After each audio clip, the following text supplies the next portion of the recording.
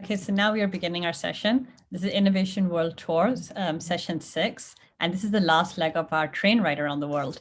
And so in this session, we have 6 companies joining us. We have Verifyme, we have OeSD, we have Muelbauer, we have SecureID, which canceled, SecureID could not make it. We have Otto, Kunnecke, we have GenKey, and we have IQ Structures. And so to kick us off, we have Verifyme. And so Mr. SAJ Ayule and Brandon Wang will be presenting from Verifyme. Thank you. Thank you very much. We're very happy to be here. My name is SCJ Aguele. I am presenting from Abuja, Nigeria. And with me, I have Brandon Wang, our CIO. Brandon, introduce yourself. Presenting from? Hello, everyone. My name is Brandon Wang. I am actually presenting from Washington, D.C. Fantastic. And I'm the CEO for Verifyme Nigeria. Brandon is our CIO. And we're going to talk to you a little bit about our story and show a short video as example use cases of how we do business. So here's our story. And we can go to the next slide. Fantastic, thank you. In 2011, our founder, Tunji Oluwole, hired a cook. The cook poisoned him and his family, and they robbed their home.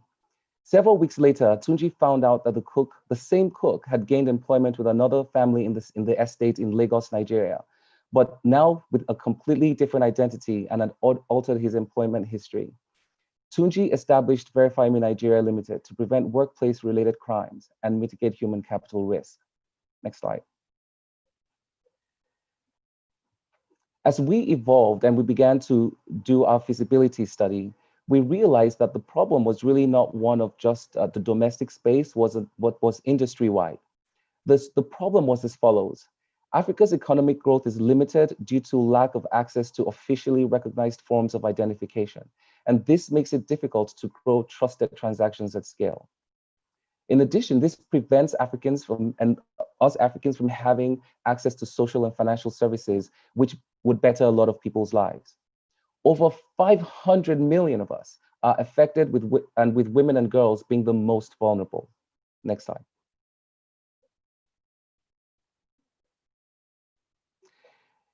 Our solution is a KYC infrastructure layer that delivers trusted identities digitally, enabling decision makers to cut down the cost and time required to onboard customers for financial services, protect customers and loved ones from fraudulent staff, and facilitate access to social and protection intervention services for citizens and residents. Next slide, please.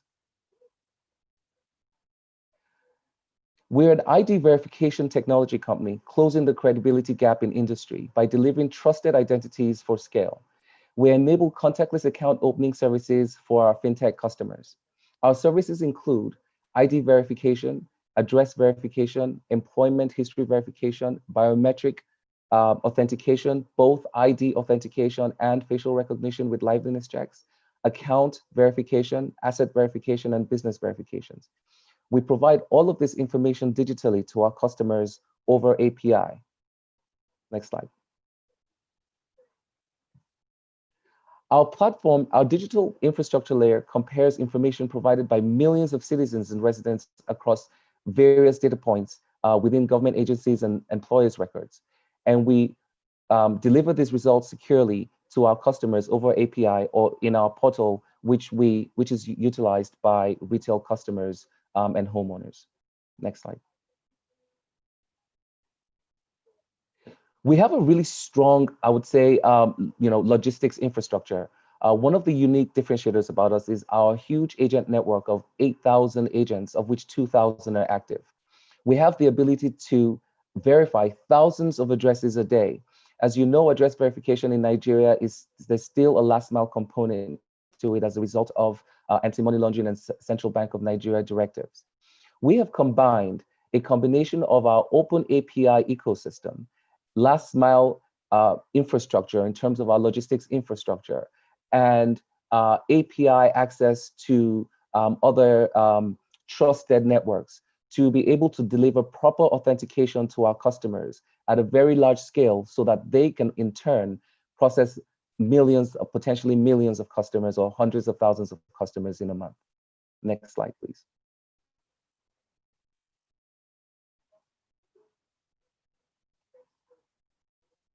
In addition to our address verification capability, which is really, one of the bedrocks of our KYC service, the address verification is utilized by many of our bank customers, in which we have about 16 bank customers using us.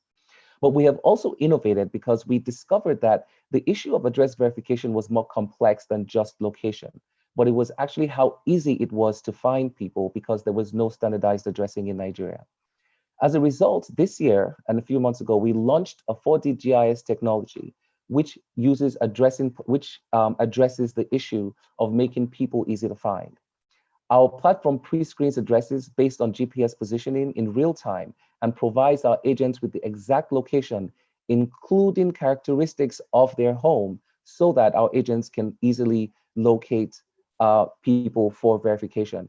And what this does is it makes it, between the gap we have of properly collecting addresses and people inputting their addresses properly, sometimes we find with some of our customers that we're getting 2,000 an hour, in fact, sometimes addresses from programs that they're running, but we're sending about 50% of those back because of vague addresses.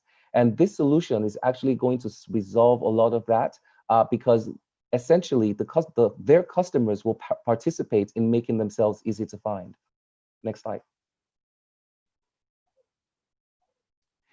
Another thing we're really excited about is our marketplace. Because we do so much digitization, we have access to a lot of trusted identities that we can deliver real time to our customers. Not just, of course, the real-time ID verification, but now the address, the employment.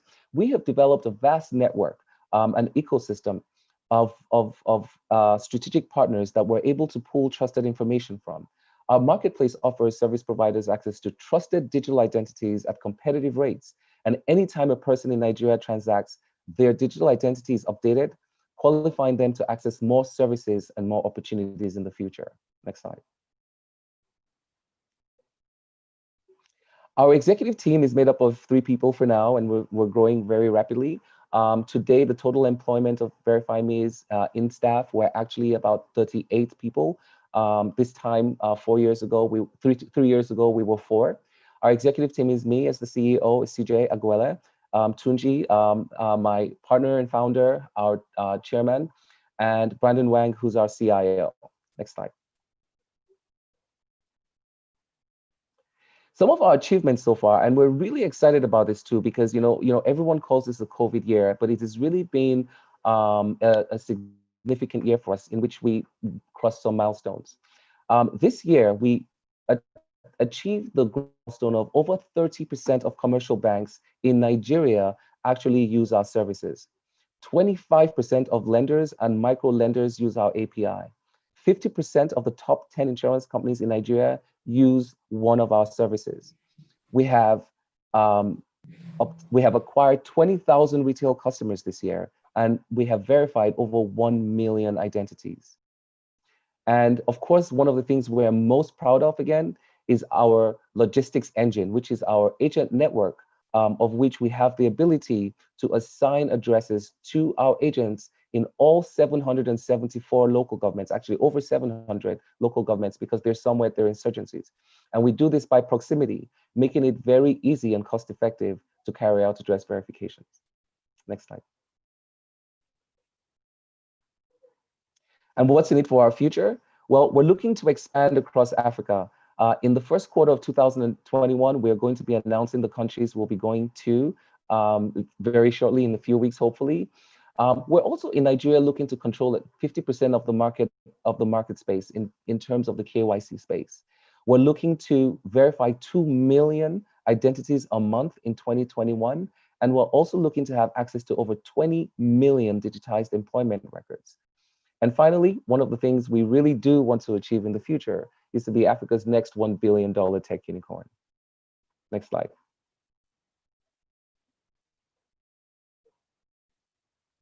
Okay, fantastic. And so we'll go through a few use cases and I'll run through them. We can go to the next slide. Many of our customers are fintech customers in the insurance or banking space. Really, to sum up what we do is we deliver trusted identities to our customers. We solve the problem of addressing in Africa. We link trusted identities to financial data and behavior data, such as behavior data would be employment information, and financial data will be considered an account verification or credit score information, which we will discuss down the road on our pipeline. And finally, we're in the enrollment services space as one of the initial companies to be qualified in the trial of enrollment, where we're looking to help in the enrollment services infrastructure to document Nigerians so that they as well can have trusted identities. Next slide. And so this is our ecosystem, right, of linking identity to relevant location, asset, and behavior data. It's just a mind map for us of how we outline our services from ID verification, financial data, address verification, employment verification, business identity verification. And of course, we have a real-time fraud list and deny list that we check to provide expanded security for our customers. Next slide. Some of the use cases we have, of course, insurance companies for customer onboarding, where we have access to NIN, BVN, and driver's license as a direct source company licensed by the government. We are not a reseller and have direct access to all of our authoritative sources of identity. We can provide our customers with onboarding services, secure onboarding services, layer it with facial recognition, and also help them with form filling in cases where they want to process customers really quickly. Next slide, please. And for Microfinance Bank, one of the great services we offer as well is remote account opening. A lot of our banking customers to date, of which actually we have 16 counting, I count them every day. And this time a year and a half ago, I think we had 2, use us for identity verification and address verification. And our employment product is really expanding because they're using it to support the provision of loans, particularly during this COVID era. Next slide, please. As well, our service is able to support pension companies with I am alive verifications. As we know, a lot of processing and digital historical cleanup needs to be done to a lot of pension repositories. We can assist, and we do assist in that sector as well. Next slide. In the federal government, we work very closely with some federal government agencies. We are an of the Nigerian Identity Management Commission. As well, we work with the Lagos State Police to help digitize some parts of the Lagos State Criminal Information System. And we're looking to do more in the e-government space as well. Next slide. And of course, I just mentioned the state government, of which we are actually also in the enrollment services game. And we're looking to make sure, one of our missions is to make sure that everybody has a trusted identity. So we work with both federal and state governments to accomplish this. Thank you. Next slide. Thank you very much. And if you're trying to reach us on the next slide, you can get us. I would like to play a quick 1-minute video, which is the link we sent, just to close this out, and then we'll answer a few questions. Thank you very much. Meet Rita. She's the Chief Digital Officer. Meet Rita. She's the Chief Digital Officer at one of Africa's leading commercial banks. She has been tasked with leveraging technology to boost customer acquisition and creating a seamless customer onboarding experience.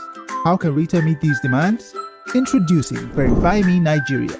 With Verifyme's open APIs, Rita's commercial bank will get access to over 60 million identities, process trusted and compliant NIN, BVN, and other identities at scale, including secure address verifications over API.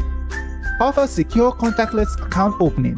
Reach banked and unbanked customers with our real-time facial recognition and enrollment capabilities. Create seamless customer acquisition processes. Our access to major government identity databases provides options to autofill onboarding forms. Protect our organization from fraud. Our One API gateway checks prospective customers against the network of blacklisted identities, maintaining anti-money laundering and other regulatory compliance. Verifyme is closing the credibility gap for the financial services industry by delivering trusted identities to help businesses scale. Our open APIs, eKYC infrastructure, KYC marketplace, and 4D GIS platform provide options that mitigate risk at reduced costs. KYC for the future. Call us today. +234 906 000 7624. Enquiries at verifyme.ng. www.verifyme.ng.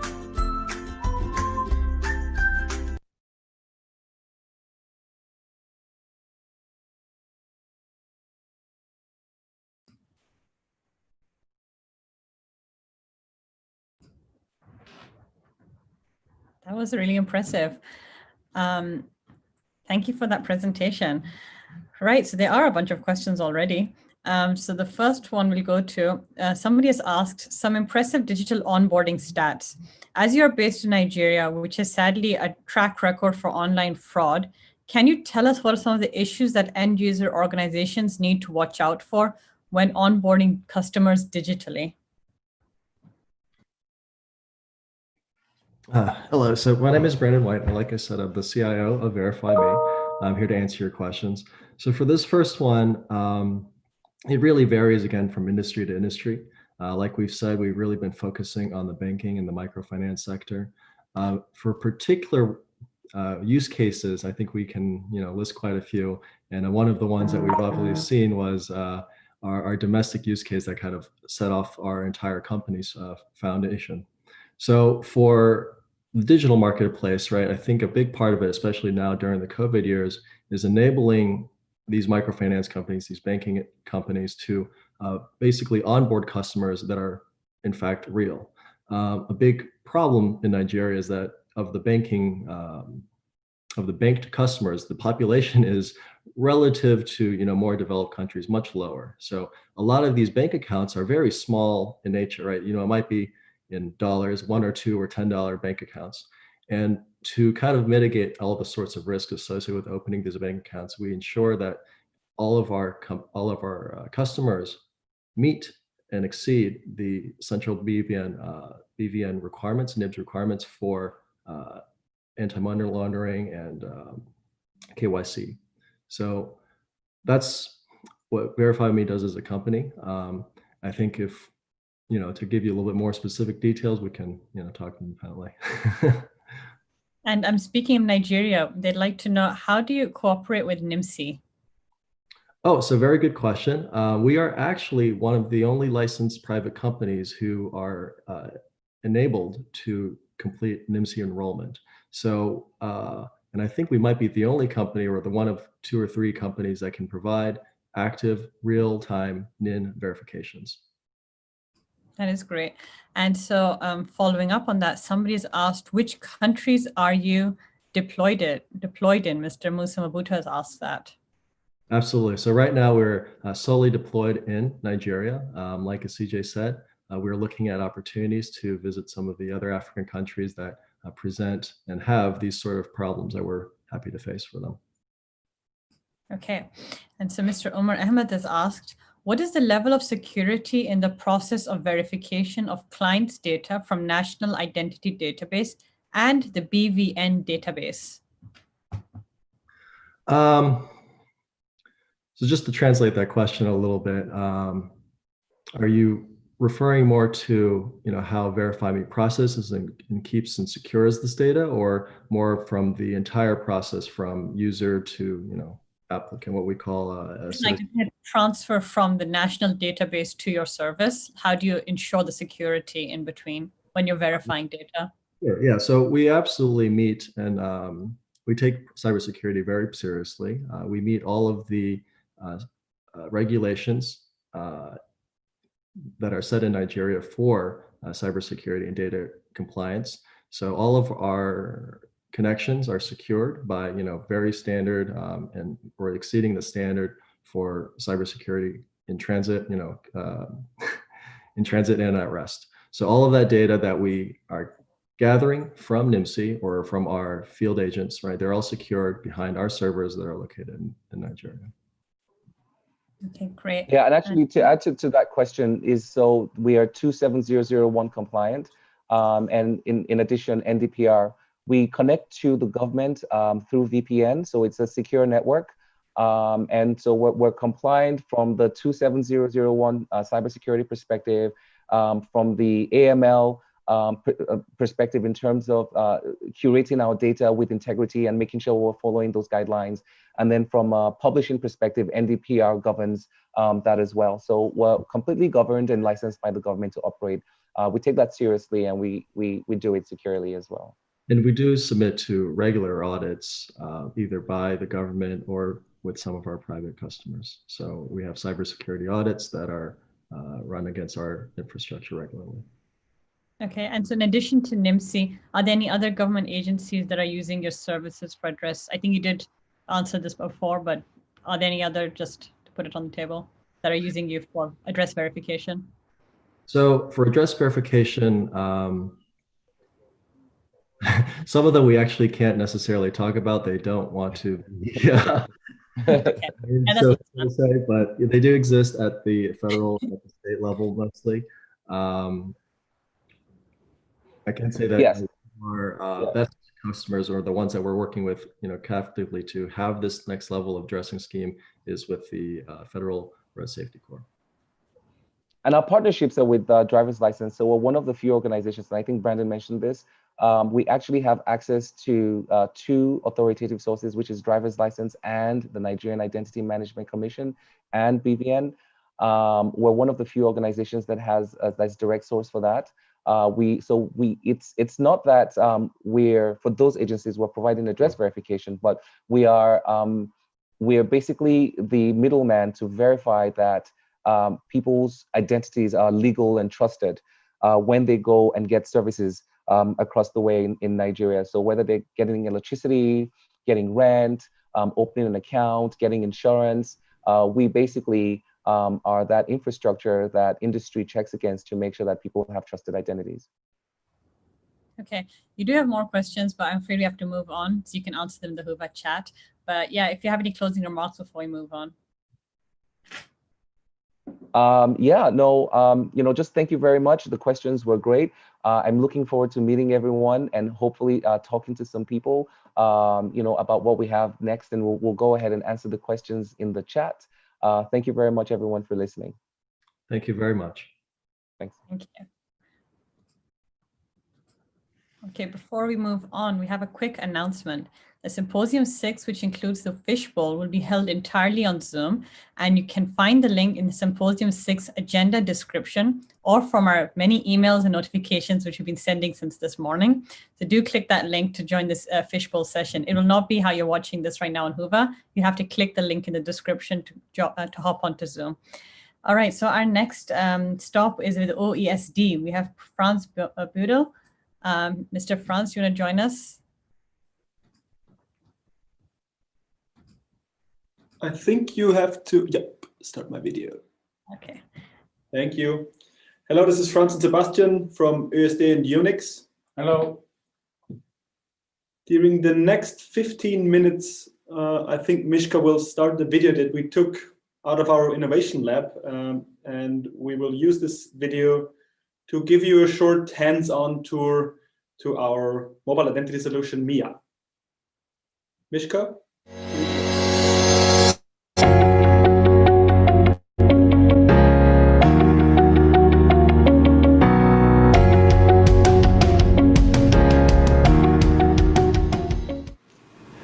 Welcome everybody, and thank you for joining our showcase, during which we are going to introduce you to our mobile identity solution, MIA, My Identity App. My name is Franz Budel. I'm the International Sales Manager of the Austrian State Printing House, and over there is Sebastian Muelbauer, my colleague, who is our company's CPO. Before we start with the demo of our solution, I would like to give you a quick introduction describing our company and its history. The Austrian State Printing House was founded a bit more than 200 years ago, so I think it's safe to say that we are pretty experienced in the sector of identity management. At the moment, we deliver our physical high security solutions, which are inter alia passports, driving licenses, ID cards, but also civil registers, to approximately 60 governments around the world. About a decade ago, we started to focus all our efforts on digital identity solutions. And that's the reason why we founded a subsidiary, Unix Identity AG, which my colleague Sebastian Theelbauer will briefly explain. Thank you, Franz. As announced, I'm Sebastian Theelbauer, the Chief Product Officer of Unix Identity AG. The company was founded in 2017 and is the digital powerhouse of the Austrian State Printing House. We focus on digital ID solutions like the MIA, My Identity app, which combines classic ID documents and an eID functionality within one application.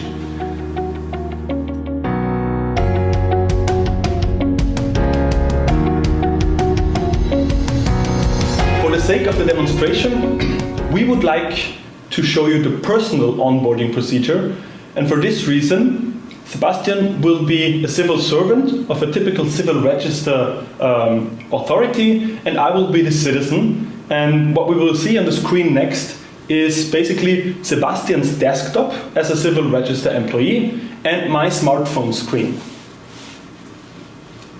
Exactly. So here we've got the desktop of the civil register employee, and in a few seconds we will also see my smartphone screen appearing in the background. There it is. It's just getting adjusted to our screen sizes. Okay. How do we start? I am approaching the authority and at the first stage of the process, of course, I will have to show the authority my physical identification card so that he knows who I am. Traditional way. Good afternoon, Mr. Brudel. Thank you for passing by. What is it that you would like to have today? I've heard that your government has recently introduced a mobile identity solution, and I would like to activate or to register for this solution and have my physical documents digitally on my phone. Yes, of course. Let me just verify that you are you based on the picture on your ID you provided. Yes, that's okay. So now I go into my administration interface and would like to register a new user. For that case, I am searching for Mr. Brudel. First name is Franz. And as soon as I can find Mr. Brudel in our database, I can create a new MIA user for him so that he can use his digital identity on his smartphone. In that case, I'm just pressing generate QR code. We use that QR code in order to enroll the digital identity on Mr. Brudel's smartphone. We have several possibilities to present this QR code to the customer. We can have a screen where the customer just takes a picture of the QR code, or we can even print out the QR code for Mr. Brudel, and I just hand over the printed QR code. Okay, thank you. So he can enroll his digital ID solution. Of course, before I can enroll to this new digital application, I need to get it somewhere. So could you please explain me, where do I get the application from? Is it available in the stores? Or? Sure, yes, of course. You just use the App Store on your iPhone, or you use the Google Play Store on your Android. You type in MIA and search for the application. As soon as you found the application, you start downloading it on your phone. Okay, now on the left-hand side you already see my smartphone. I just downloaded the application MIA. And the first thing I do is I will simply open it. Okay, it asks me if I want to participate in development testing. Of course I will. I start testing. Now we see a wizard which will basically guide me through the registration procedure. Okay. Yeah. And there you go. I can click on new registration.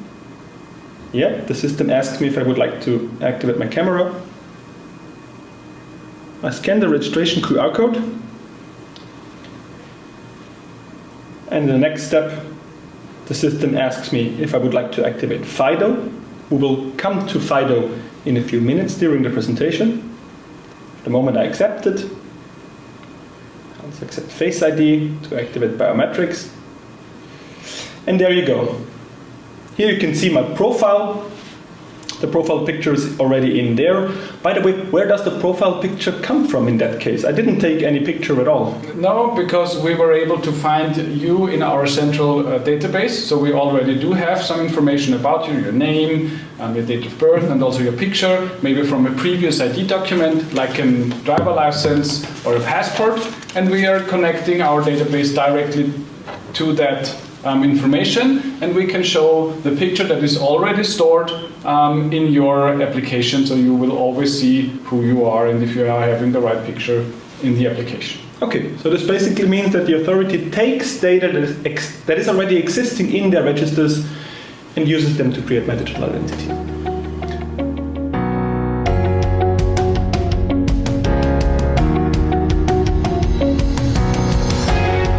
Now that I've activated my MIA profile, I would like to give you a guided tour through the application, and I start below here at the section My Cards. If I click on this button, you can see that I have different cards, and all of those cards have been activated with only one registration procedure. If I click on my driver's license, the document expands, and you see all my attributes on the screen. Furthermore, we have the handout button, which is the main button that is used during a verification procedure if I would like to prove my identity or any other attribute to a verifier. And we have the Ask For button, which is used by verifiers to ask citizens for an identity verification. This means that every holder of a MIA application can also act as a verifier. The application combines both functions.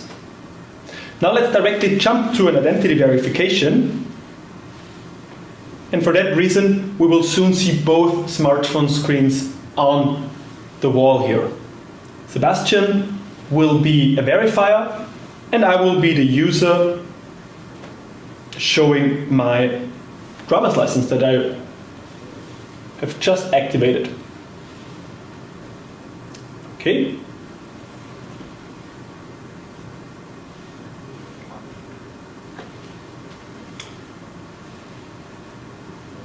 So in order to be able to verify France's driver license, I'm clicking the Ask For button and choosing the driver license. As you can see here, we have opened the camera window because we are using QR codes in order to be able to connect to each other. And I am clicking the handout button. You see the QR code here. You can also see that it's shown in alphanumeric terms as well. And you also see that the QR code is time limited. In that case, it's limited to 30 seconds, which is why I'm in a hurry. I have to show my code quickly to Sebastian. He scans it. I'm waiting for the response. And during the process, I am informed who is asking, Sebastian, and what data he wants to access. In that case, my driver's license and my picture. I'll accept access to my data.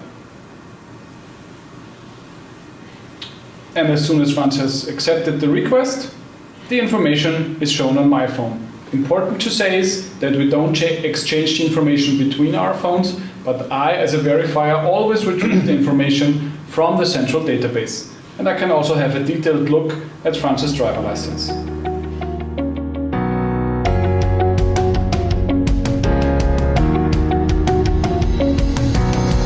Another interesting function of MIA is the sharing function.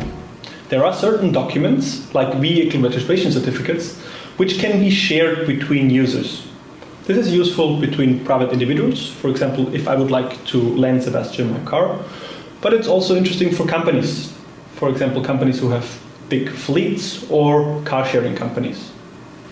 The workflow of a sharing transaction is pretty similar to a regular verification transaction.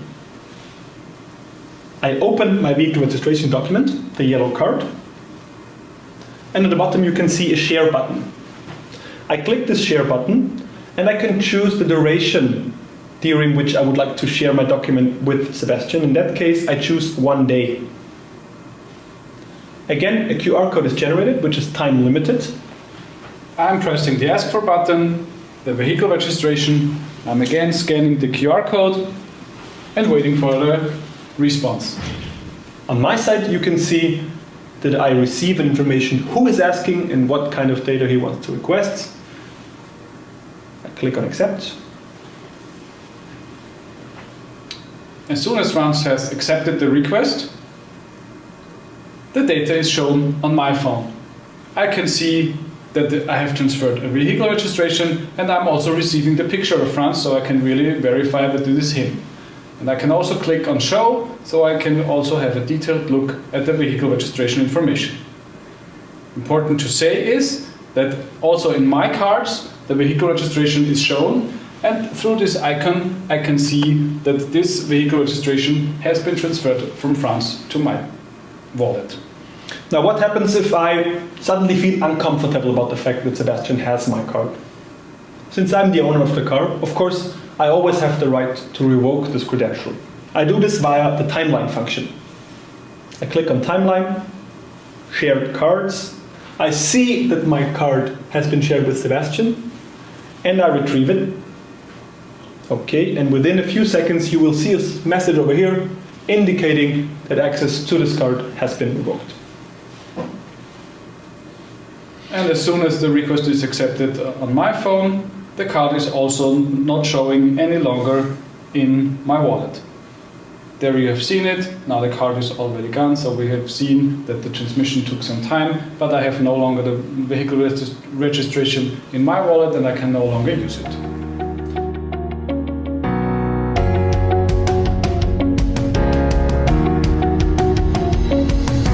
For the next part of this showcase, we switch from the physical world to the digital world, because MIA also supports an eID functionality. Sebastian, would you take over, please? Yes, I'm just stopping the sharing.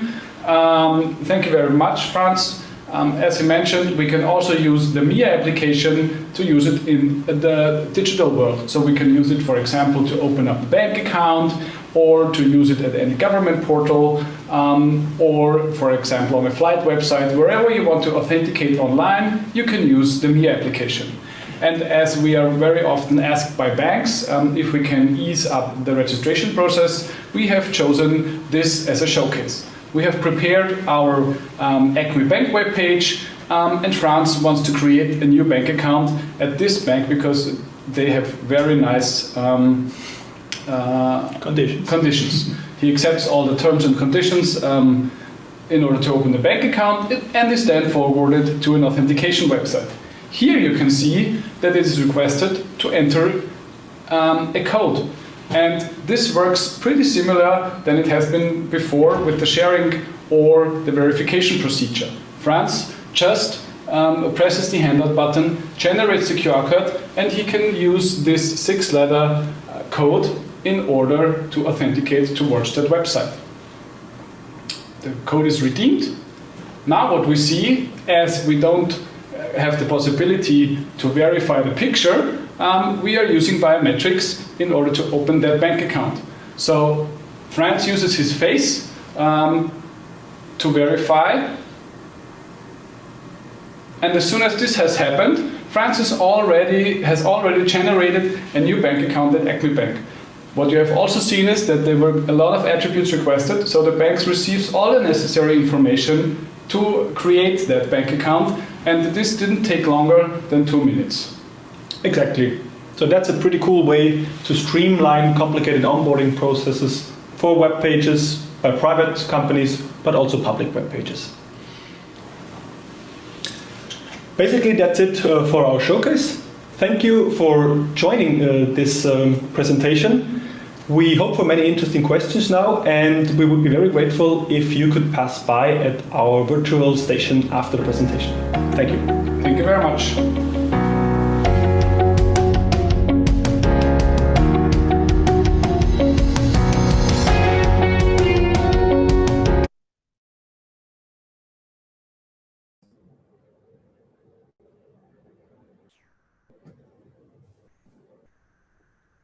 That was a really good presentation. We definitely enjoyed that. So we are a bit short for time, but we could take 1 or 2 questions from the crowd. So Mr. Mabuto has asked, Why do you authorize the reading of QR code information without getting details of the requester? Normally, the user should get information on the requester of QR code reading to avoid irregular controllers. Thank you for the question. It's an interesting one because it deals with data protection. In that context, it's important to mention that the QR code scanning is only the first part of the procedure. The QR code does not contain any personal identity information at all. It is basically something like a ticket that will, in a second stage, allow the verifier to access the data. However, before the verifier can get this data, you have seen that there is a second stage in the procedure, which is the so-called authorization step. And in this step, I knew exactly who is asking and what he was asking for, and I had the choice to say yes or no. So before personal data is transferred, of course, we have the possibility to make an informed choice.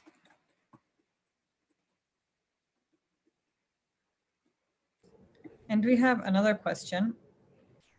Can MIA completely replace the SecureID document, or are there cases where an entity would require to see the ID document and MIA would not suffice? Actually, the answer is yes and no. Technically, MIA could replace 100% of all physical identity documents. However, we see it as a parallel process. So we think that the mobile solution, at least at the moment and for the next 10 to 20 years, will accompany the physical document, but not entirely replace it. That's the answer to this question. By the way, if somebody still has the almanac from last year's ID for Africa, we wrote an article exactly about that topic, why there is still a reason to have physical identity documents as well. Thank you so much. That was all the time we have for you. If you have any closing remarks before we move on. Thank you. One last comment.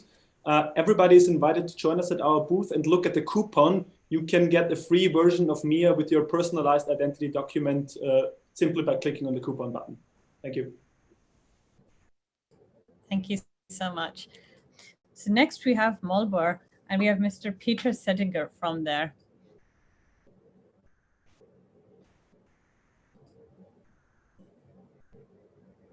All right, hello. My audio working fine? Yeah, your Right. audio. Thank you, Mishka. My name is Peter Seidinger, and I welcome you to the one-stop shop that is Muelbauer.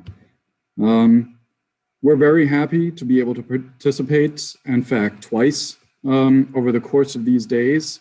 And we want to thank everyone who participated in our last session, and of course, very much so for this session. And also thank you very much to the ID for Africa team for setting everything up. It's been running very smoothly. I'm presenting from Roding in Germany. It actually snowed last night, so I'm hoping everyone is staying warm and safe. A little bit about what you are about to see. Muelbauer is a turnkey solution provider for ID and passport issuing and verification solutions. And we have pre-recorded a live walk through one of our demo rooms, our mobile show truck. We've got showrooms across the globe in Germany, in Nitra, in Malacca, in Newport News, and many other locations.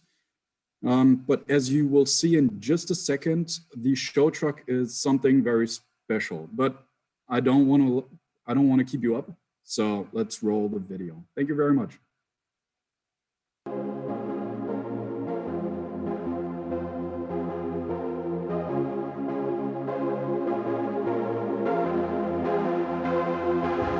Hi, and a very warm welcome from everybody at Muelbauer. My name is Peter, and I will be taking you onto our show truck. And here, I'm going to demonstrate our one-stop shop turnkey solutions, how they work, and what they really look like. So come along and follow me.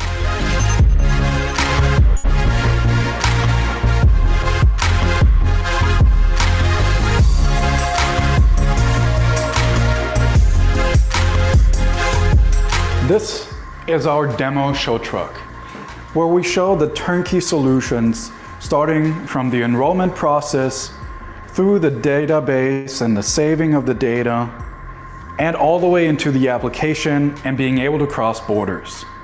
So let's start with the enrollment of a citizen.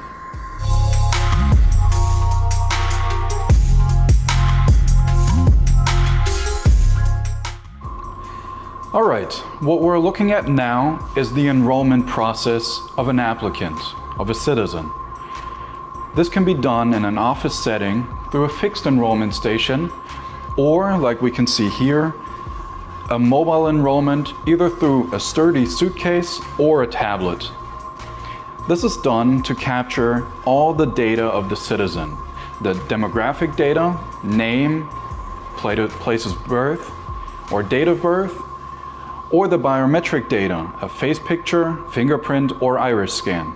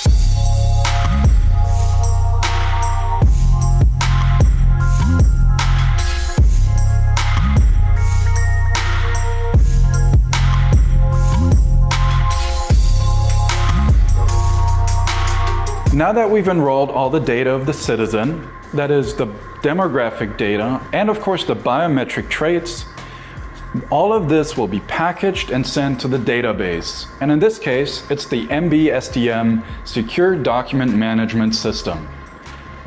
Here in this database, all the different applications for passports, ID cards, driving license is saved in a centralized and consolidated manner, and ready and presented for operators to verify and greenlight.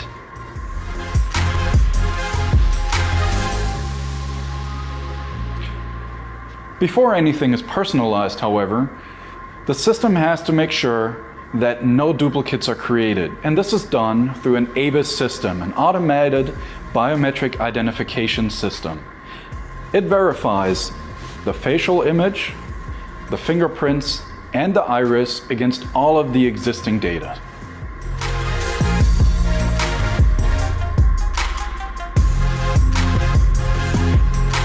And now that we're with the personalization, we will have a quick look at the MBMES, the Manufacturing Execution System, which prepares all the data necessary for the personalization and then sends them either to the central personalization site or even to the decentral sites.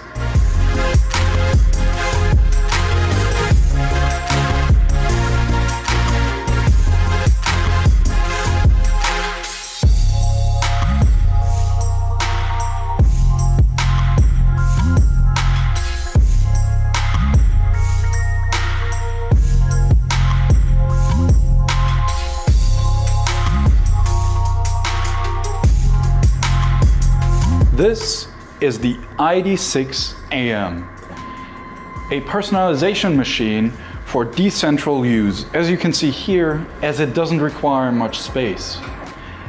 In addition, what's truly unique about this personalization machine is that this one is capable of performing personalization to ID1 documents, but also to ID3 documents. Right now we're personalizing the passport. Previously, we personalized the ID card so that within minutes of enrolling the citizen, we can hand them all sets of documents. In addition to being able to personalize both, this machine can personalize in full color. That means, of course, we can personalize in laser engraving, the traditional manner. We can combine this with color printing on paper.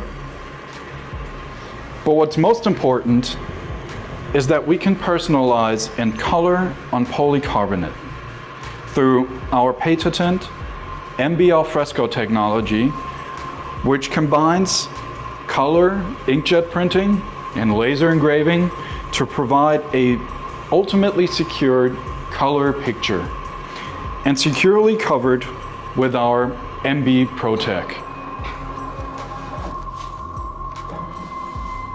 And as we can see here, we've initially personalized the ID card, and now we personalized the passport.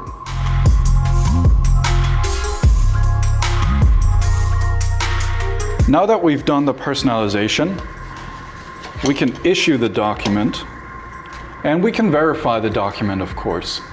For this purpose, we've created the MB Steel Reader, the document verification software, which automatically reads the data from the passport and allows you to verify it, such as data group 2, the picture, data group 3, the fingerprint, or data group 11, the miscellaneous data such as address or place of birth. This entire process can also be done from a smartphone. And for this purpose, you simply scan the MRZ .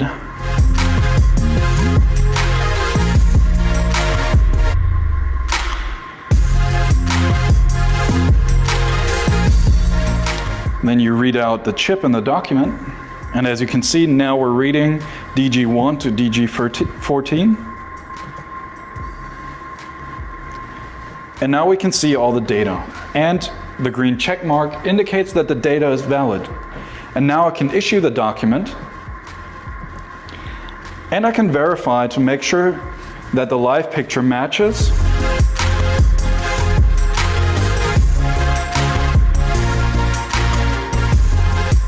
And verify the identity. And I got a green check mark. Perfect. Thank you. You're welcome. And up next, we will be showing you the digital identity of Muelbauer, which is called the SecureID app, an app for your smartphone, which you can download freely. And when you interact with a kiosk, you can activate your digital travel credential. You simply start the application, and from the app, you scan the unique QR code generated by the kiosk, which will set up a secure connection between the two devices. And of course, the ecosystem is GDPR compliant, which means that here we have to consent to the regulations and the privacy policy. And when we continue, the kiosk will be requesting the travel document. The entire SecureID ecosystem is based around the fact that we're using a legitimate and trusted document to create a digital ID. Once the document has been read, document reading is completed. Please remove your passport from document reader. We will be taking a picture of the applicant. Please stand still and image the document. Thank you for your cooperation. And finally, this QR code contains all the electronic information which needs to be transmitted to the app. So once you've scanned it and verified it, you now have all the necessary data on your smartphone.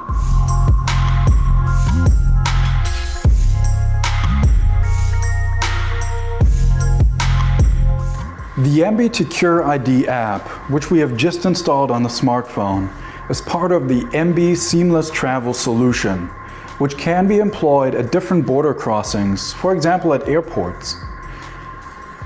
To use it at airports, the user can consent to sharing certain data with the ecosystem, but it's entirely up to the citizen. For example, the citizen can decide to share for an hour, and can decide whether to share passport data, the first name, the photo, or everything. And now once we click share, the ecosystem is now prepared for the citizen to approach the e-gate and to take a picture, a live picture of the citizen, comparing the data and opening the door for the person to move on. Truly seamless.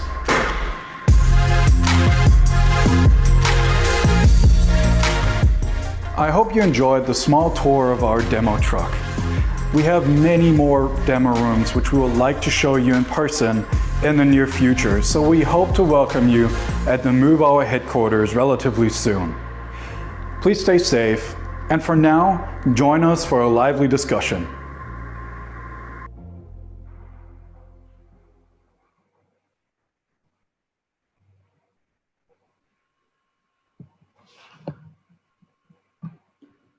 Thank you very much. That was a quick walk through our mobile demo truck. We saved a little bit of time just to be able to answer questions which might arise.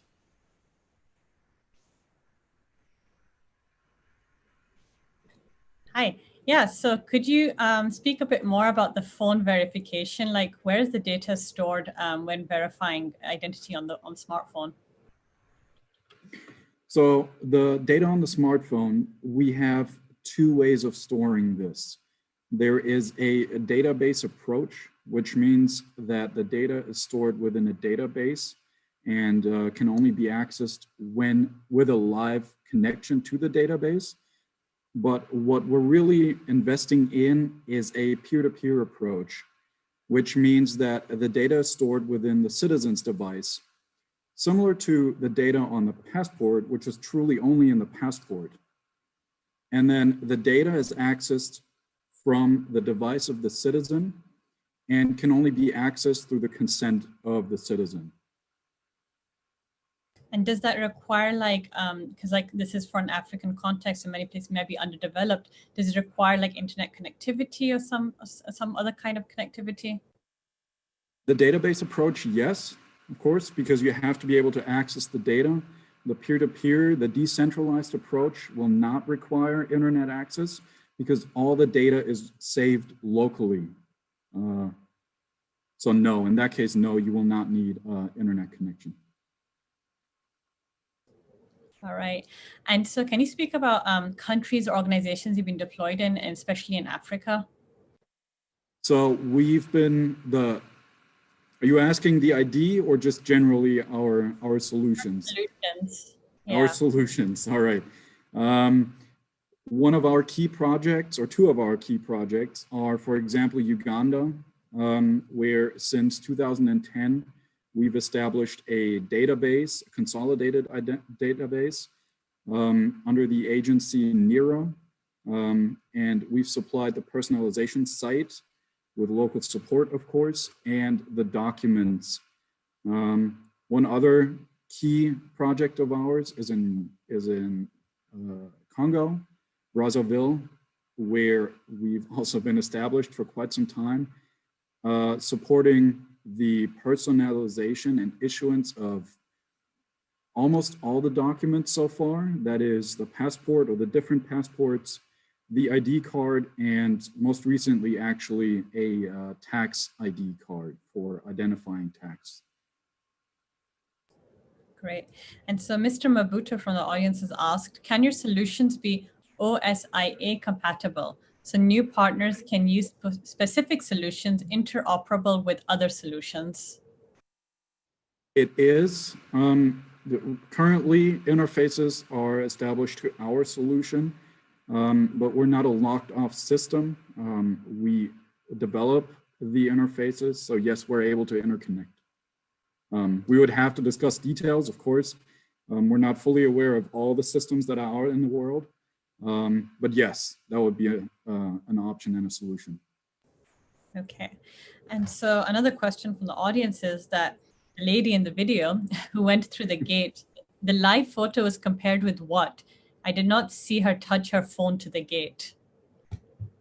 So the use case we've shown in the video is actually the database use case. So just before she walked through the gate, she had to upload her data onto the local database. For example, if we're taking the case of an airport, solely the airport database, and she's allowing the airport to store that data for only 2 hours or 1 hour or half an hour. And the gate will take a live picture and will then compare the live picture taken with a picture that was transmitted earlier. Okay, thank you so much, Peter. That was wonderful. If you want to have anything to say to the audience before we close. Yes, thank you very much. Thank you for the questions, of course. And I hope to see you all, hopefully next year, live in person. Definitely in person. Thank you, Peter. Thank you.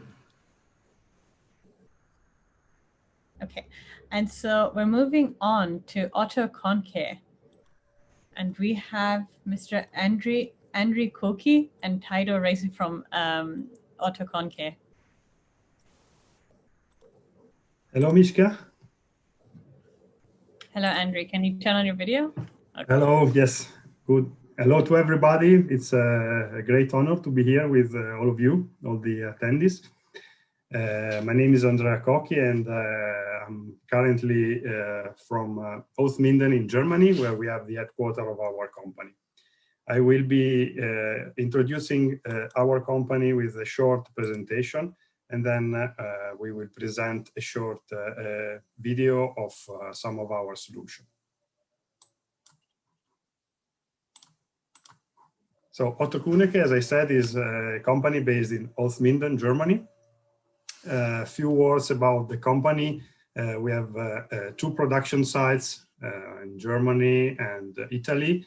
It's a completely family-owned company, more than 150 employees, and a complete in-house production of the solution that I will introduce to you. Company history. The company has quite a long history, not as old as OeSD mentioned before, but we are more than 85 years old. The company was founded in 1934. So actually last year we celebrated the 85th anniversary. This company started as a locksmith company and grow grow from time to time. And in the 1996, so more than 20 years ago, somehow the company started in the ID and government business. With this small little children that you see on the picture, which is our currently CEO, Mr. Carlo Otto Kunnecke. Then the company expanded in the last years, growing in terms of offering, being able then to support several types of solution. We have now we are a global player with several branches around the world and a network of more than 50 partners worldwide.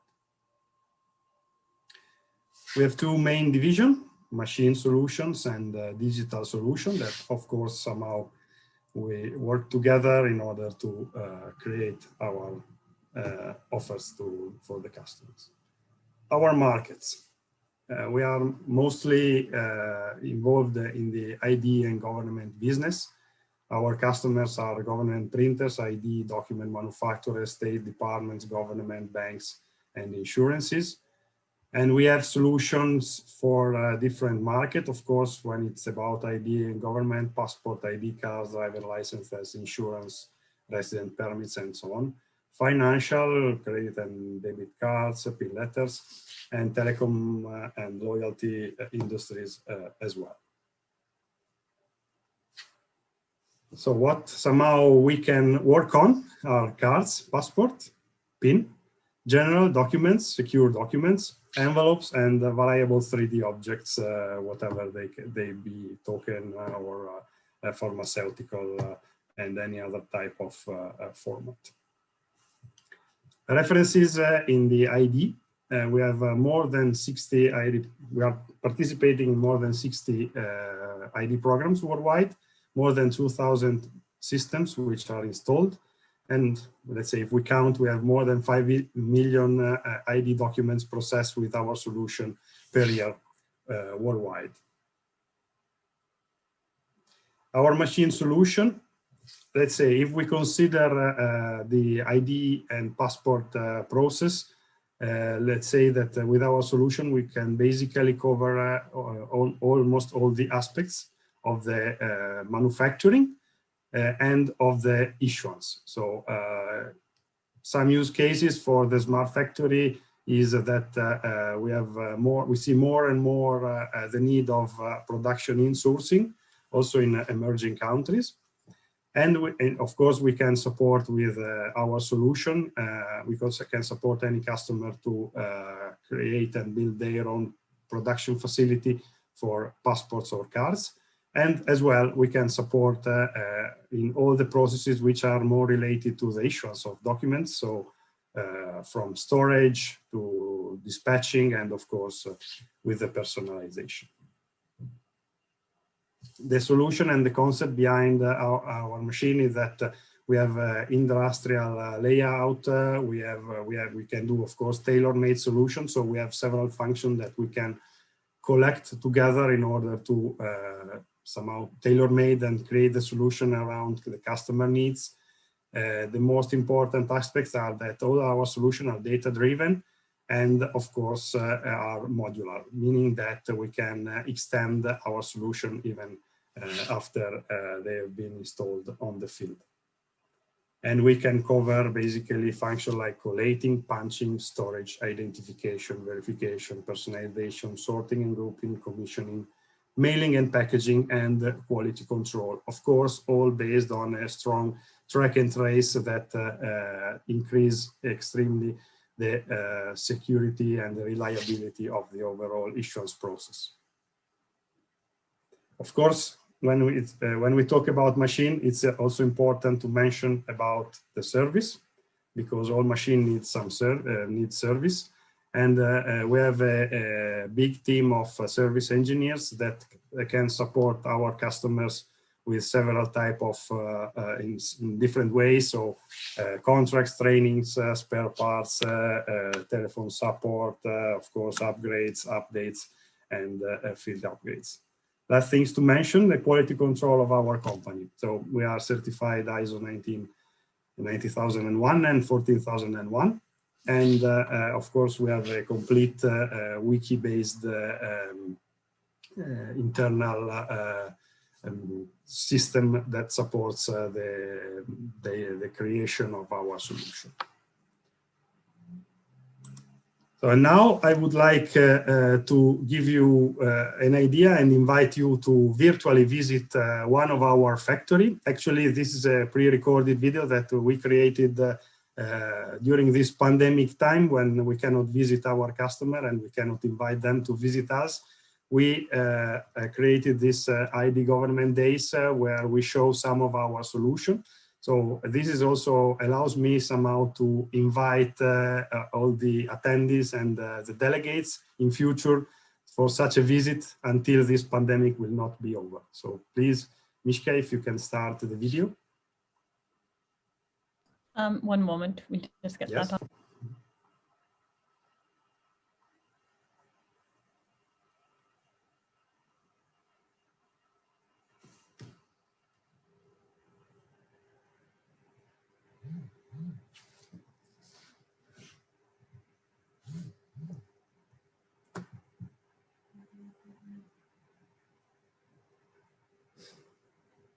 Sorry, Mr. Andrew, we only had your PPT file, not a video.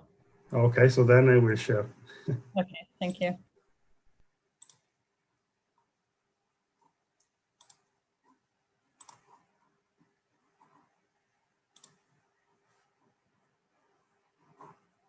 Volcano in Europe active.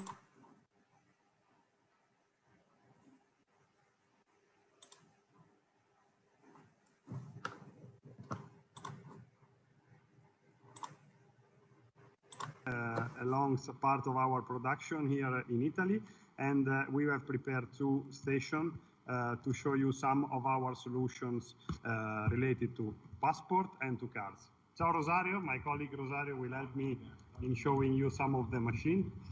So a first area is about passport personalization, and actually we will start from the passport lamination with DPS Rapid Combi, which is a passport laminator in the desktop, suitable, of course, for paper-based passport, and supply roll holographic foils.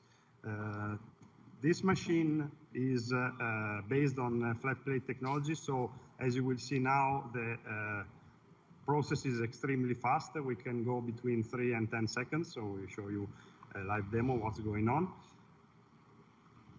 The machine has several parameters that can be adjusted so that we are already qualified with the most important holographic foil suppliers in the market. Important to say, okay, now we will see finally the lamination process completed, and now the data page is protected. Important to mention is that the RFID chip is never under the pressure and under temperature. This means that this process prevents potential damages to the antenna. And also the heating system, now we show you inside the machine, so that you will see the flat plate on the bottom, this one. This is heated with industrial resistance, so the total cost of ownership of this machine is extremely limited. Another passport laminator that is a DPS Rapid is suitable for sewn-in or for single sheet holographic foils. It's an interesting machine because we sold many machines like this one, for example, for Italian passport project and also for the Mexican passport project. Then now we move to a more modern, I would say, passport type, which is the polycarbonate data page. So I will introduce you the DPS Smart, which is our desktop laser engraving machine suitable for ID1 and ID3 documents. It's a full plug and play and modular machine. In this case, the settings is for passports. So this configuration is is supporting manual feeding of the passport. Now we will show you what's happened. Yeah, the passport is manually fed inside the machine. This prevents also for possible jams, and also the machine supports several types of passport thickness, so a different number of passport pages. Inside the machine, we have the RFID encoder, so the chip can be both on the data page or on the back cover. The system has also, of course, a camera system for auto positioning and also for OCR purposes. Laser sources that can be installed are several, so we have from 6 to 20 watt DPSS or 20 watt fiber lasers. We support MLI marking, of course, also tactile effects and microtext. As I said before, this machine is a modular and plug and play. And we can easily switch between the passport configuration to, for example, ID1 configuration. And this is what we are going to show you right now. So as you can see, the operator will not need any specific tool. The operation is extremely easy and fast, and it allows to switch from, in this case, a passport configuration, that was a manual passport configuration, to an ID1 card configuration. And this is then the basic module for card personalization. And this also allows me to introduce you to the next station that we have prepared, that is the card personalization related. We would like to show you some of the personal solution that we can offer. I will start with probably one of the smallest in the market. It's called DPS Easy machine. It's a 3 watt DPSS laser source. Inside this small footprint, we have the flip over, so allowing to mark on dual side of the card, and also it allows to perform the CLI marking. Inside the machine, we can also do MLI marking. We have the camera system for auto positioning and OCR, and we can also do the RFID encoding. This machine is suitable for polycarbonate cards, laser markable PVC cards, but also we have customers that are using for metal cards. Of course, this is not related to ID, but just to mention that we give a full access to the laser parameters so that the settings can be adjusted in order to support several types of substrate and materials. And now I will show you the, I would say, the biggest configuration currently available for cards of our DPS Smart. All the different modules that I show you here can be added or removed, hopefully added, in the field. So without the need of us to install them.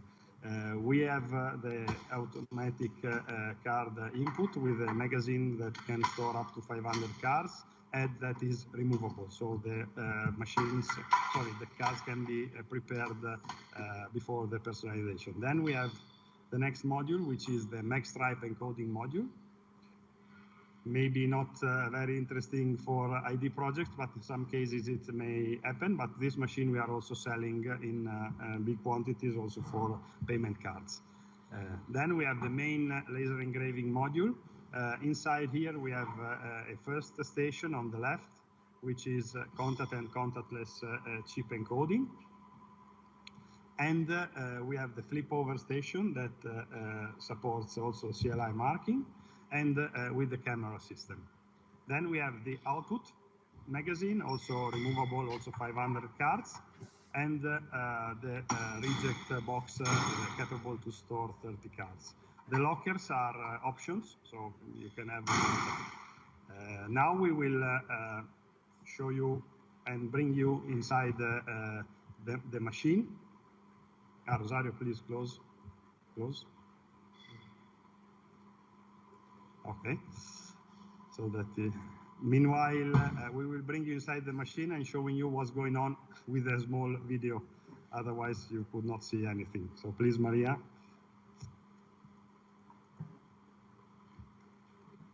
Yeah. So now you will see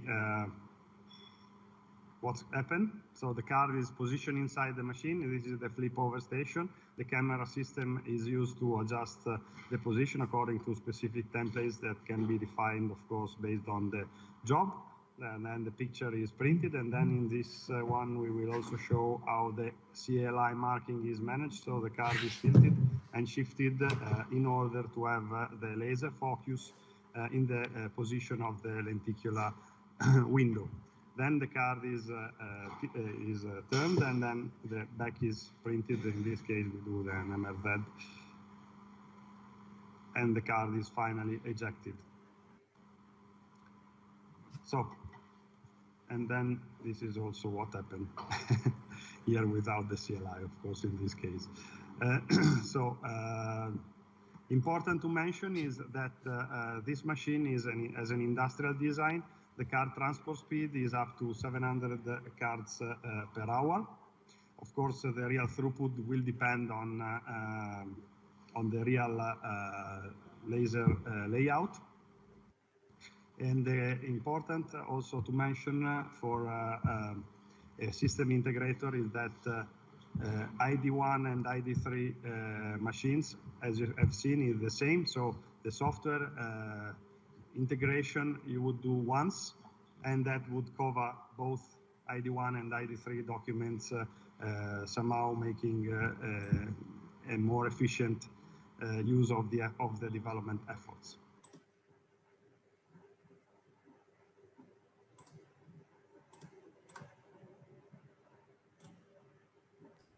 So Mishka, Yeah. that was basically all. Just a small flavor of one virtual visit, also to bring our attendees inside our factory. That's just a small welcome. Thank you. Unfortunately, you've used all of your time, so no time for questions. But if you'd like to say anything to the audience before we move on.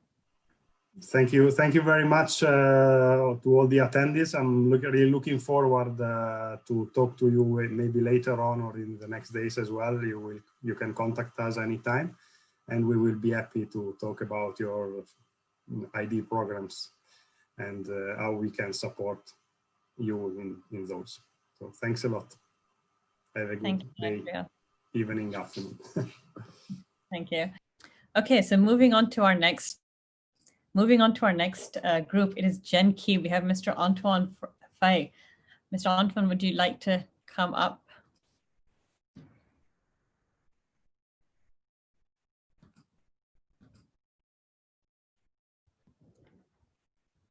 Okay, so okay, he's here. Hello? Mishka, I think you asked to share my video instead of... Yeah, I would like if you want to introduce where you're speaking from before we share your video.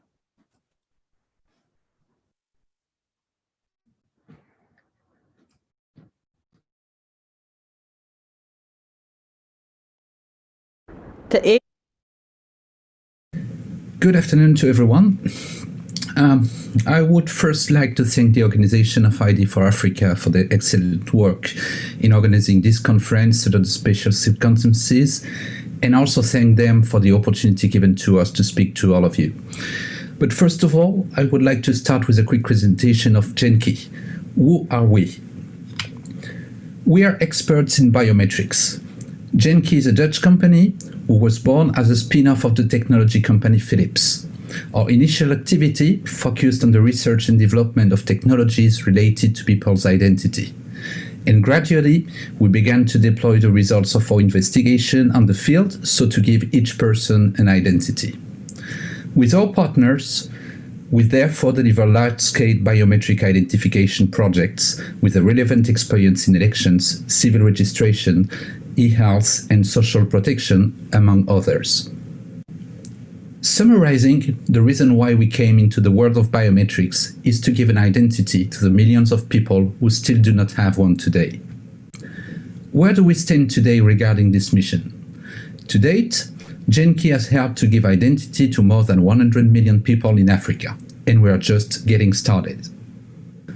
What are those purposes in which GenKey actively participates in giving an identity to citizens? There are several, but we can mainly mention elections, population and housing censuses, civil registration, ID management of civil servants and other target groups, civil protection, KYC, and finally integrated health management systems and test and vaccination campaign against COVID-19 monitoring. As you can see in these graphics, GenKey has a considerable field experience in the whole of Africa.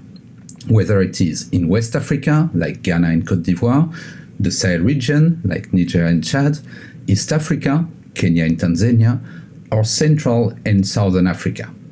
This transcontinental experience demonstrates the quality of the solutions offered, but also their adequacy to the needs of local populations, while giving us a solid field experience to deliver the projects that our clients entrust to us.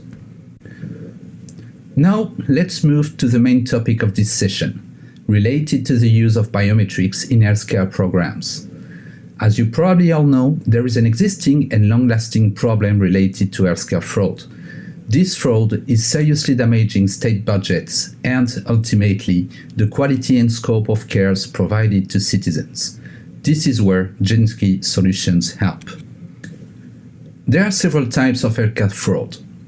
The main ones are those attributable to the patients through identity theft or when a patient consults over a very short period of time with several different doctors for similar symptoms. But there is also a fraud attributable to health providers, for example, those who request reimbursement for consultations that have not taken place, those who exaggerate the type of care provided, or issue a prescription providing for treatment for a period of 7 days, but billing Social Security for 30 days. These abuses even if being held by a minority, still constitute severe damage to state budgets and to the health system itself. This is to address and correct these issues that GenKey has helped several countries by participating in the establishment of an integrated health management system. In Kenya, for example, GenKey has deployed 350 registration kits distributed throughout Kenya and registered more than 4 million members. 1,350 identity validation devices have been made available to health facilities to check the member's identity. For this project, the use of biometrics helped to certify the identity of patients and providers and thus significantly reduce fraud. GenKey's most significant achievement in health projects is the one we have deployed in Ghana with our partner STL. The objective was to set up a turnkey project consisting of a biometric registration and verification system for millions of beneficiaries throughout the country. For this project of a significant size and meaning, GenKey deployed 1,100 registration kits, enabling 60,000 people to register daily, and made available to healthcare establishments 3,000 identity validation devices. To date, 23 million people have been registered and can therefore benefit from individual care. Let's have a closer look at this project. Let's first have an overview. How does the system work? It is based on people's identity. This is why the biographical data and the biometric data of the patients are registered. These data, once deduplicated, lead to the issuance of an health card to each eligible person. The system is also based on the identity of the providers, since each of them is also identified. It is through the combination of both the providers and the patient's credentials, as well as other elements, that we ensure the authenticity of the care provided and received. We will describe these steps in more detail. In order to provide you with a precise idea of how the system works, I suggest you to watch the following video showing how the identity verification of Ghanaian healthcare beneficiaries is carried out in a simple, fast, reliable, and secure manner.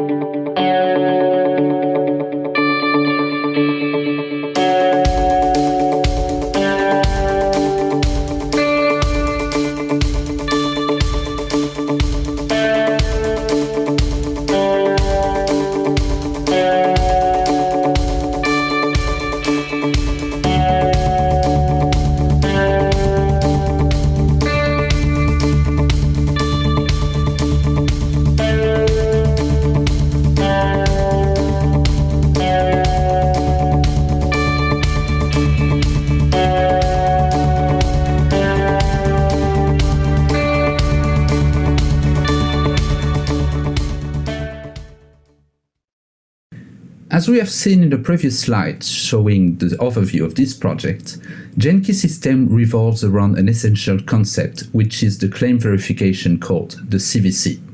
This code, comprised of 13 digits, combines the patient identifier, the health provider information, some additional information, and the biometric data. The combination of this information will serve to create a unique number, the CVC, which accuracy can be verified by the authorities, even if the CVC is recorded on a paper form. The CVC therefore helps to address three essential concerns. First, it constitutes a proof of attendance, as the CVC requires both patient and the health provider to be physically present. Second, it is a universal mechanism that works perfectly both online and offline. Finally, the CVC speeds up the processing of healthcare reimbursement claims, since the authenticity of the CVC can be verified very quickly. It is also worth underlining here the importance of a technology patented by GenKey and which is used in our projects, the biohash. The use of biohash consists in using the collected biometric data as a starting point, applying to it a cryptographic hash individually.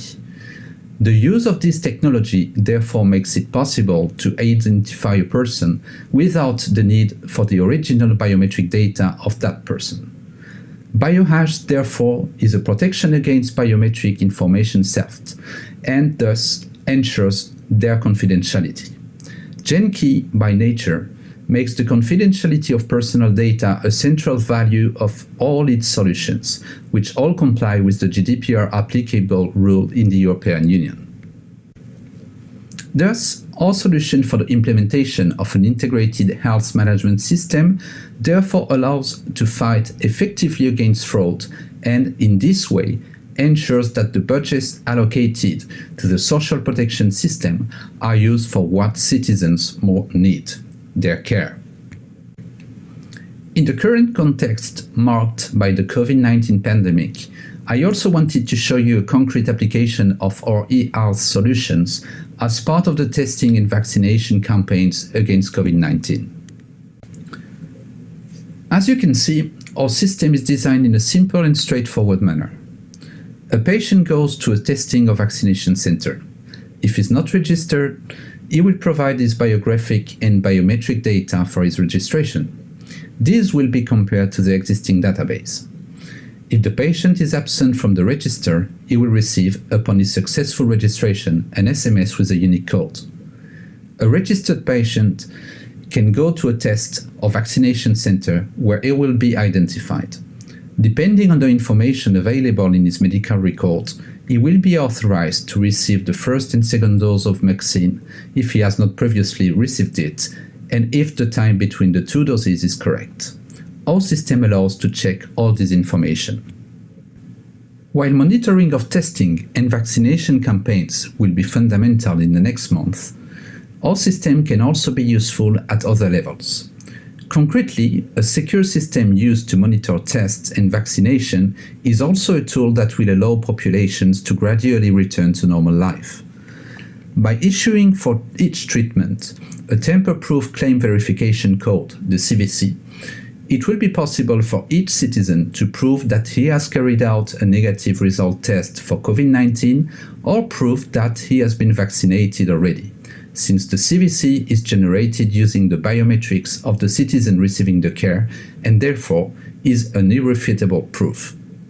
Thus, the CVC could be used, for example, at border control or prior to access stadiums, museums or theaters, all these places which access is currently restricted. This would allow the gradual return to normal life by avoiding the risk of contamination for the people frequenting these places. These are the few aspects that I wanted to share with you. These are also the reasons why GenKey can effectively help you in the implementation of integrated health management systems, allowing to fight effectively against fraud, but also to improve the effectiveness of states' public health policies. Of course, I remind you that our capacities do not limit to health sector and can also be useful for elections, civil registration, and any other biometrics project. The entire GenKey team remains at your disposal for any question regarding our solutions, encourages you to visit our virtual booth, and sincerely thank you for the attention you have paid to our presentation. We thank you very much.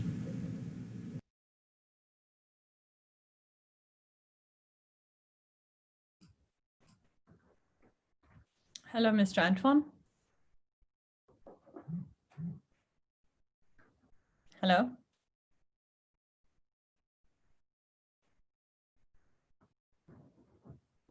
Mr. Antoine, are you there?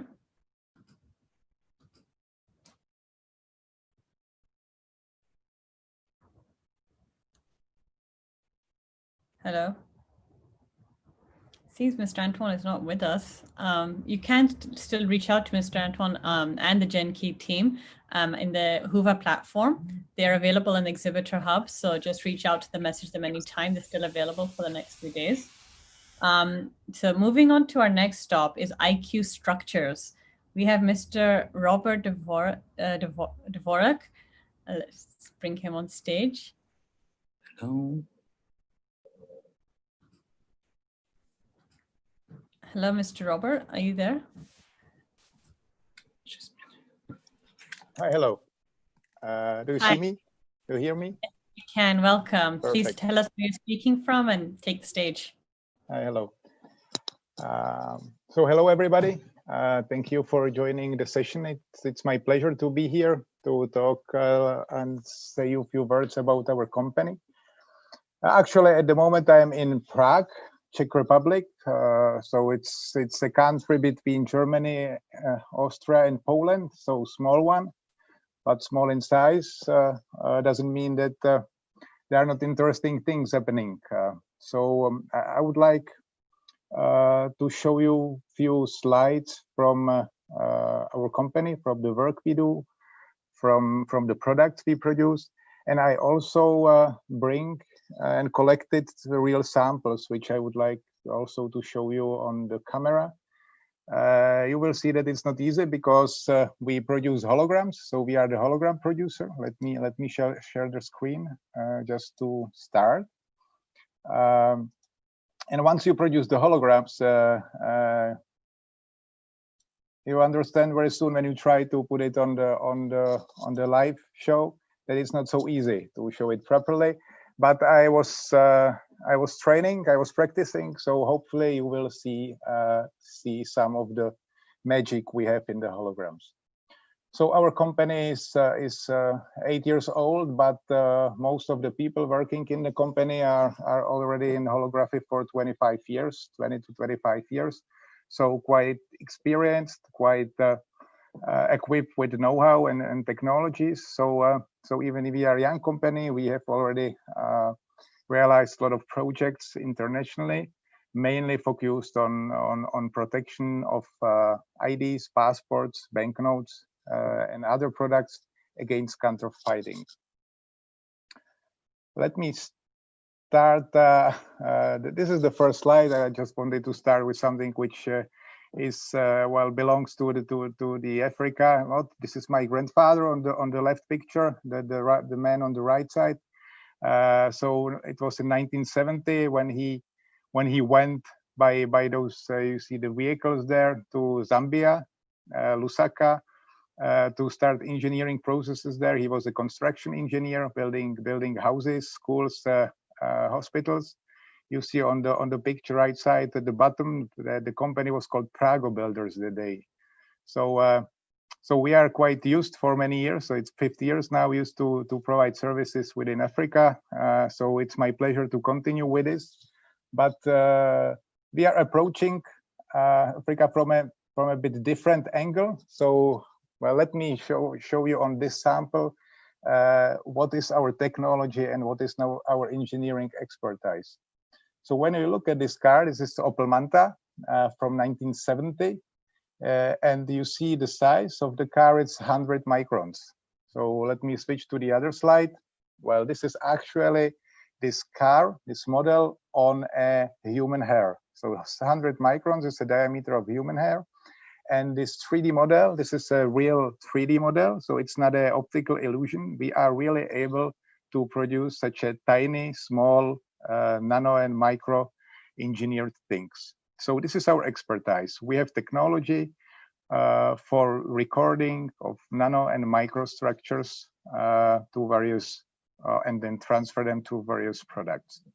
Based on this technology, we, of course, this is something which you don't see by naked eye. So when you look at it, you don't see it because it's, the resolution is quite high and the precision is also, it's very precise. But we use these technologies to produce things and products which, of course, are visible. So now what you see is a real hologram. So this is a hologram which we produce as a sample for our customers and business partners. Of course, you recognize that this is Mr. Armstrong.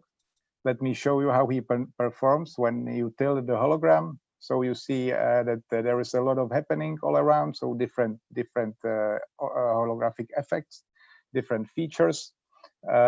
I will then describe some of the features in the next slides, but I just wanted to show you that, even we work in a nanospace, the product is visible and it serves as a protection of goods documents, IDs, banknotes against counterfeiting. Because even when you look at the first side on the hologram, it looks that's something which is visual. To produce these holograms is extremely difficult. You need to have a lot of know-how, excellent technology, and let's say mathematical and physical apparatus to be able to, let's say, calculate, modulate, and produce such things. So having this technology and know-how, we were quite successful in achieving a few awards from recognized bodies. So we got a few awards for the best origination. It means best hologram twice, and then we got also different awards for our different products. So you see the vinyl record there. I will also see you in the next slides the real vinyl. So even on this, let's say, this field, we are quite successful. So it was recognized by let's say the international audience, the experts, that these holograms are of the best and highest quality and provide the real protection against counterfeiting. Let me now switch to the let's say real products. I will firstly talk about protection of ID documents. Then I'll move to the banknotes and other products, and then I'll have a few slides about the special holographic products we have. So when we start with the ID documents, of course, we provide a protection of passports, IDs, driver's licenses, but as well birth certificates and civil registration certificates. So they are, I mean, whenever there is a product which is connected with personal identity, we are able to provide a solution for it. So we have solution for paper-based documents, Tesla and PVC, PET cards, as well as polycarbonate documents. Recently, we have been focused on the development of polycarbonate solutions.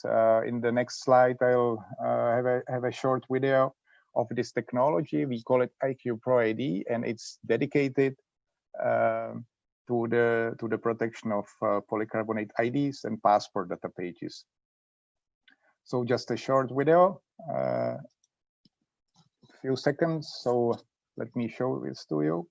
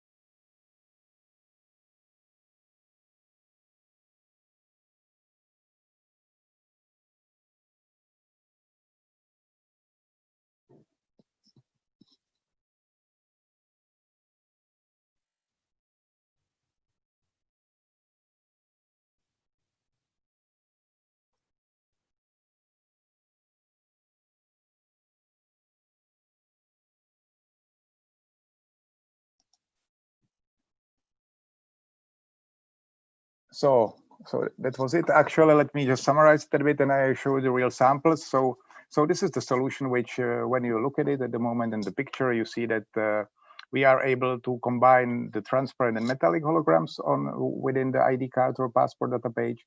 And these holograms can be large. So this is the main message. Whenever you have a polycarbonate document, you can have a hologram which is from edge to edge, protecting all the data of the holder, photo plus the personal data. And as you see, when you look at the helmet, for example, we are also able to, let's say, substitute with the hologram normally printed elements. So whenever there is an element which is printed, you can have it holographic, which from our perspective is adding aesthetic value to these polycarbonate documents. I'll now show you the real sample. So let me, yeah, but I don't see the screen now. I see that. So I don't know if it's now, if you have it on full screen, me not. but this is actually the card you saw on the slide. So you see there is a metallic hologram, the helmet, then other metallic holograms, and over the face. It's not visible well, but you see there is some rainbow happening over the face of our colleague. So this is one real card I wanted to show you. There is another one with Mr. Armstrong. You already saw him. So you see he is now inside the card. Again, it's difficult to focus, but you see that it's working holographically, and there is also a transparent hologram in the area of the document, of the photo of the holder. So these are the real samples we have. Let me just switch to the screen again. Yeah, so and the good point, last thing with within this topic is that using this solution, what you can do, you can connect the documents, polycarbonate documents, identity documents you have within certain country together by a hologram. So when you look at this area, so the edge of the passport and the edge of the driver's license, there is a hologram which is running from one document to another document. So this is quite a unique solution. There is no such a solution on the market, which holographic solution which you can use for connecting of the polycarbonate identity documents. So creating one visual experience for the holder of all these three documents. So that was the ID part. So the summary of the ID part is that whatever material your document is made from, so paper, PVC, PET, polycarbonate, we are able to provide you with a holograms which will protect the document against counterfeiting. So this is a high-end protection. The effects you choose, it's always a discussion with the partner which effects we choose, but for any substrate we have a solution for protection against counterfeiting. Let me switch to the other section. So other section is protection of banknotes. So of course the holograms we produce may serve as a protection of banknotes against counterfeiting. Within this field, we have all the solutions which are nowadays used for holographic protection of banknotes. So we have a holographic stripes, of course, we have holographic patches, and as well we have a holographic threads. The threads nowadays, there's a trend to increase the width of the threads and to make them working holographically. So we have either narrow threads, 2 millimeter, 3 millimeter, but as well we can produce the threads of 6 millimeters width, fully holographic, embedded inside. Well, which doesn't make sense, so just partly embedded inside in the windows of the banknotes. Either the banknotes are paper-based or polymer-based. We have a solution for both. Now again, because I would like to just show you a bit more about the processing sequences of the holograms. So I have in this section, I have few samples to show you, to uncover a bit how the process goes when you produce a foil for banknotes. So let me again stop sharing the screen. I will just show you now few holograms again. So actually this is a nickel plate with a very first hologram. So this is a holographic stripe with few motifs in there. So this is something which stays at the beginning. So when you record the very first hologram, then you do a galvanoplastic process and you transfer the very first hologram from a silicon wafer to a nickel plate. So this is a nickel plate with a hologram in there. So you see again, difficult to see, but you see that there is something there. Then once you have this, there are subsequent processes which leads to the production of the foil. So now what do you see here? Again, this is a different motif, but using similar effects.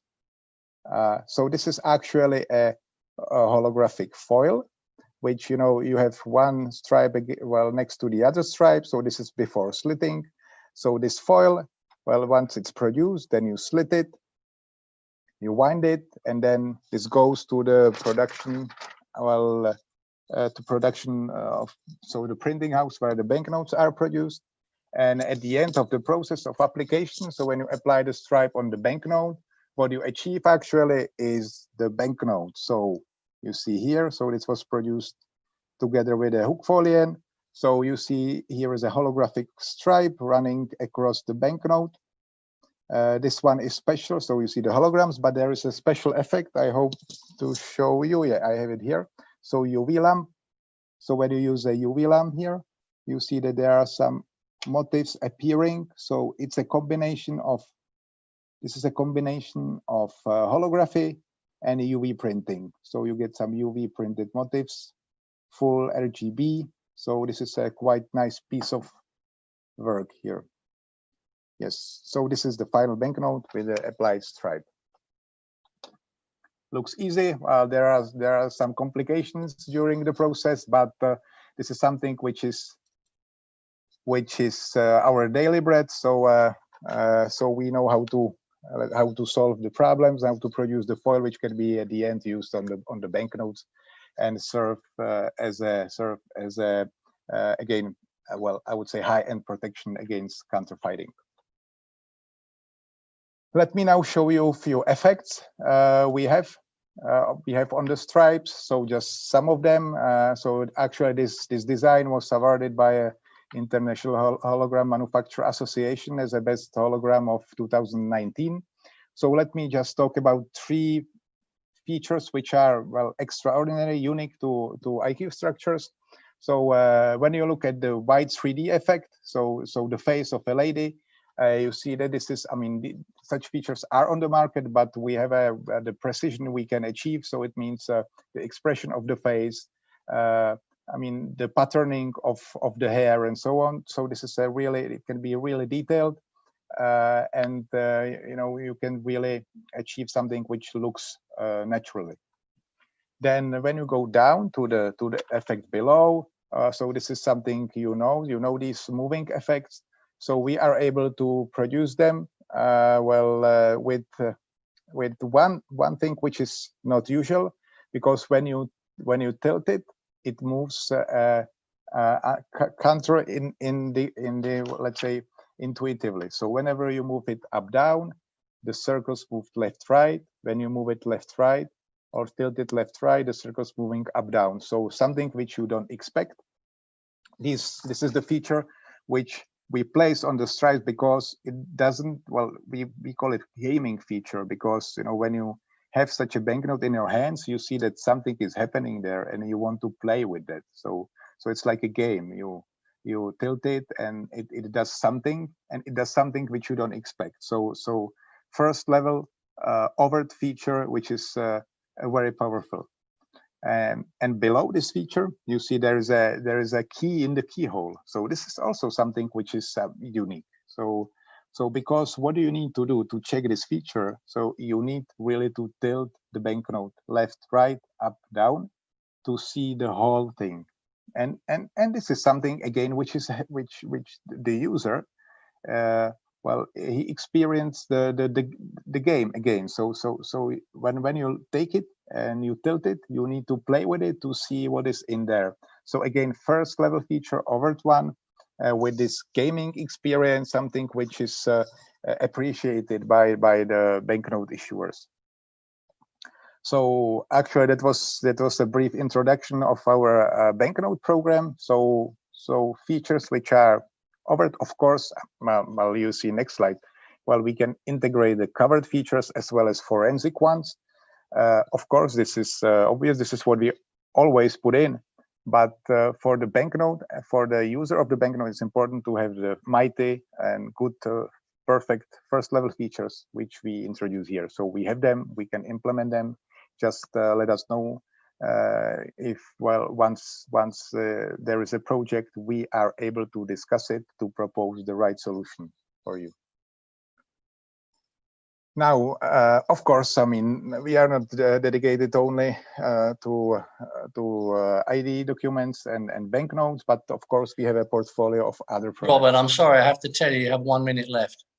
Okay, so let me do it quite fast. So I will show you a few more samples here. So of course we have, we have documents, paper documents with the holograms. You can have a paper documents with its holographic stripes. So again, so certificates and things like that. Of course, there are a lot of labels. So we have labels which can be used for different purposes. So let me switch further because it was quite fast. So any products which you might think are available for paper documents, for labels and stickers and so on. So this is one more thing I would like to show you. So we have also micro holograms. So small microparticles which are carrying the holographic pattern. They can be manually applied, so you can really mix them in brushes and markers. So then you can apply them by brushing of this, just imagine the lacquer for nails. So it works similar. You can mix these dots inside and then protect, for example, your signature on paper, or you can put them in the printed inks, or you can also spray them in the paper. So on the paper, you have these dots integrated inside. So this is a second level feature, so covert and forensic, but it's quite byte-based, so we have it integrated inside. Well, this is our, for the mints, we have also solution for implementing of hologram on the coins. Just give me a few dozen of seconds, I will finish it quite fast. So this is something which is completely different. Let me show the reality. So we are the company which is also able to integrate the holograms in the vinyl plates. So this is the real vinyl with the music and the hologram in there.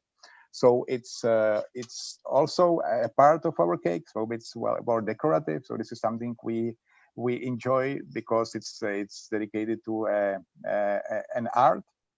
Let me finish with this slide just to show you the really forensic and cover feature. This is our label for Expo 2020, which we produce for the Czech government. And when you look at these pictures below, so they are all integrated in a small spot within the O. So all these pictures are in an area which is 1 by 1 millimeter. So you can really think about having this really precisely small nanographics integrated inside a small area of a label or of a banknote stripe and so on. So the last thing I would like to tell you is that so we have a comprehensive set of holographic features here. So you have, this is our brochure with the holograms in their description of the effects. So whenever there is a demand from your side, just let me know. We are able to send this to you. And we are able to discuss all related things for implementing of the holograms in your products. Thank you very much. So you have my details here. I wish you good luck. So all the best in 2021, and well, let's enjoy the time without COVID next year. So all the best. Thank you for your attention. Bye bye. Okay. Sorry for the delay. No problem. Thank you very much, Robert. Thank you for that comprehensive overview of holographic optical security features for ID documents and banknotes. Ladies and gentlemen, can you just stop sharing your screen for a minute there, Robert? Thank you very much. So we come to the end of this IWT session, ladies and gentlemen.